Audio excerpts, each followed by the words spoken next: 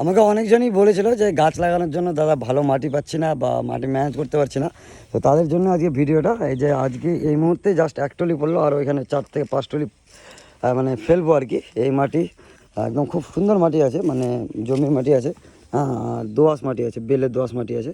তো এই মানে এই মাটি আর কি আপনাদের জন্যই নিয়েছি। মানে কীরকম বিক্রি করবো সেই রেটটা বলে দিচ্ছি। সিমেন্টের বস্তা হলে এক বস্তার দাম 50 টাকা।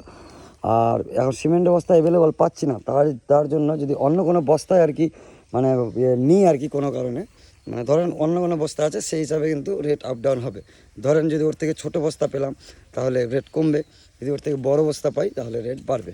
তো এটাই ইনফরমেশান আজকে দেওয়ার ছিল, যে আপনাদের জন্য মাটির ব্যবস্থা করে দিলাম। এমনকি গোবর সার, এই যে গ্রামে যেহেতু আমাদের মানে এগুলো গোবর সার কমন, এই যে এখানে দেখতে পাচ্ছেন গোবর সারের ঢেরি, তো এগুলো খুব নর্মাল ব্যাপার। তো আমরা আপনাদেরকে হেল্প করার জন্য গোবর সার লাগবে 100 টাকা বস্তা, আর মাটি সিমেন্টের বস্তা থাকলে 50 টাকা বস্তা। এখন বস্তাটা এখন কি পাচ্ছি সেটা দেখা যায়, কারণ সিমেন্টের বস্তা কিনেও পাওয়া যাচ্ছে না।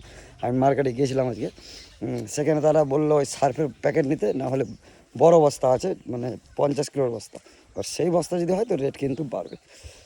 তো যাই হোক, এটাই ছিল ভিডিওটা ইনফরমেশন। তো এই ভিডিও এতটুকু রাখছি, দেখা হচ্ছে পরবর্তী ভিডিওতে।